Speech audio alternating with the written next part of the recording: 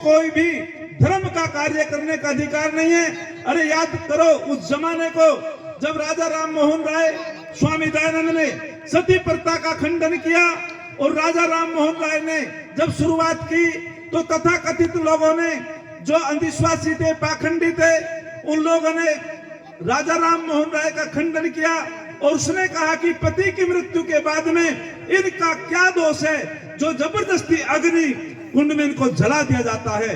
उस समय यदि कोई खंडन करने वाला व्यक्ति था, नारी का सम्मान करने वाला था, नारी का उत्थान करने वाला था, नारी को पैर की जूती ना बता करके सर की पगड़ी बताने वाला था, नारी कन्या बचाओ कन्या पढ़ाओ का नारा लगाने वाला व्यक्ति था, तो वो सबसे पहले स्वामी दयानंद था।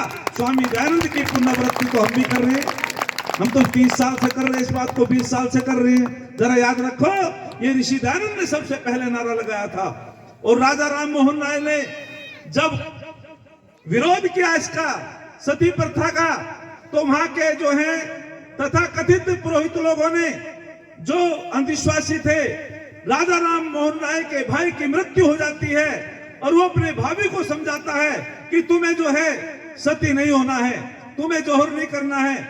लेकिन वहां क्या होता है, राजा राम मोहन राय को पेड़ से बांध देते हैं पाखंडी लोग और उसकी भाभी को उसी के सामने घसीटते हुए ले जाते हैं और वो जान बचा के वापस आना चाहती है, लेकिन उसको जबरदस्ती अग्नि कुंड में जलाना चाहते हैं। ऐसी स्थिति थी जब भारत की।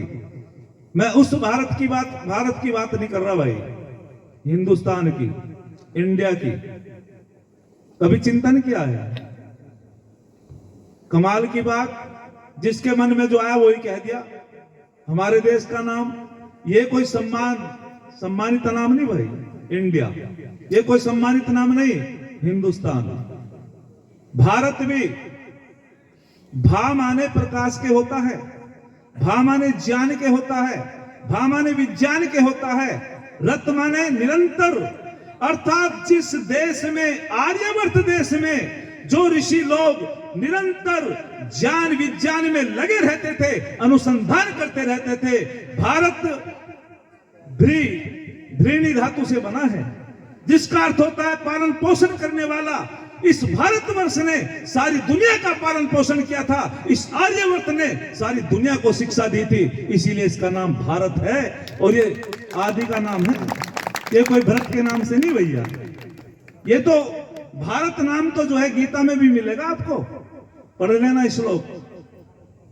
और जो भरण पोषण करने की क्षमता रखता हो, जो शिक्षा देता हो, ज्ञान देता हो, जैसे एक माता सबसे पहले व्यवहार सिखाती है बच्चे को, कौन सिखाती है जी बोलो? माता। खाना कौन सिखाती है? माता। बोलना कौन सिखाती है? माता।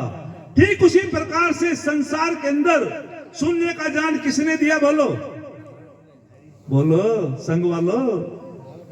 अरे भारत ने दिया, आर्यवर्त ने जी। सुनने का ज्ञान किसने दिया? बोलो भारत ने दिया, भारत ने।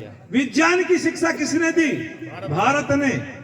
जो भी संस्कार पूरे विश्व के बच्चे पढ़ने के लिए नालंदा विश्वविद्यालय में आया करते थे और वहां 10,000 विद्यार्थी हुआ करते थे, सारे विषय पढ़ाए जाते थे।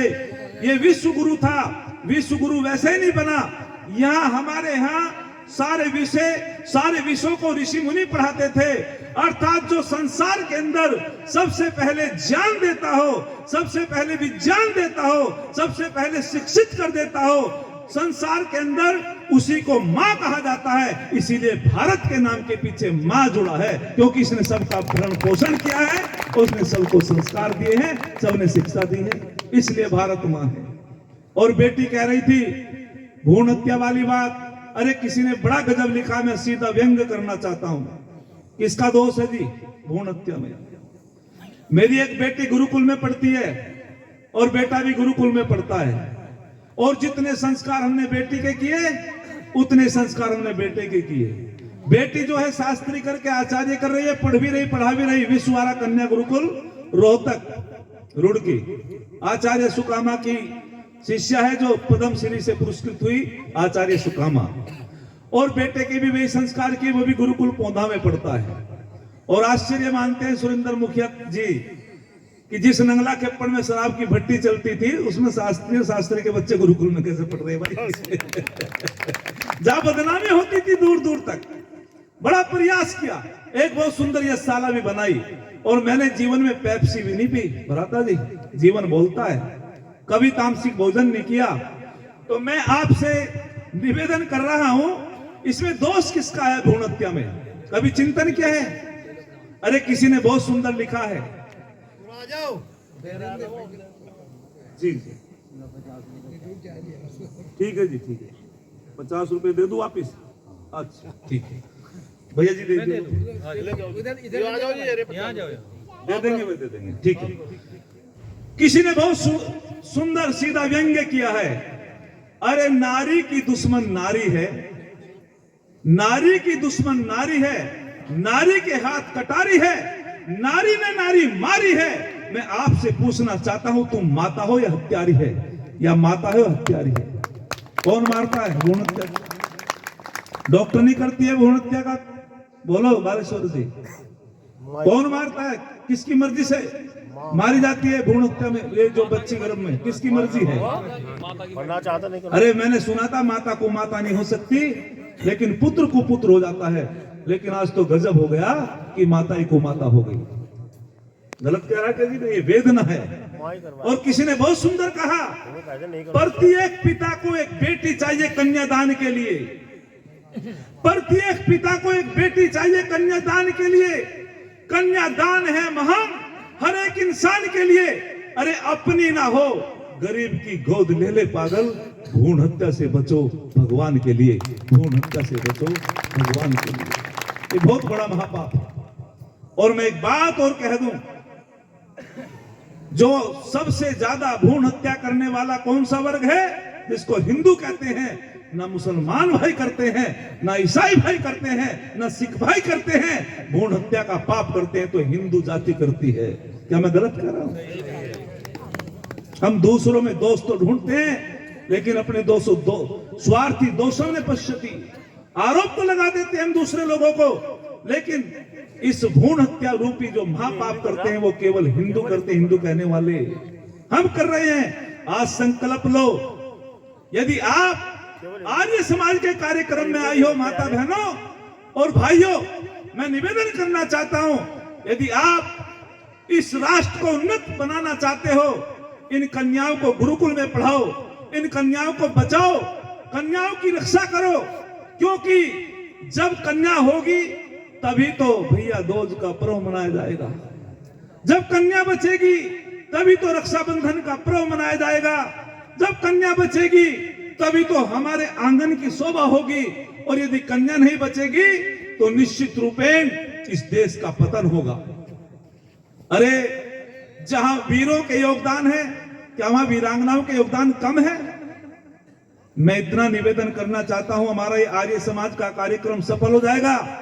हमारी जो टीम बैठी है, इनका ये आयोजन करना सफल हो जाएगा। हाथ खड़े करके संकल्प लो कि हमें भ्रूण हत्या नहीं करनी है, और जो करेगा उसका खंडन करना है। यदि आप में ईश्वर का वास है तो हिम्मत करो, हाथ उठाओ।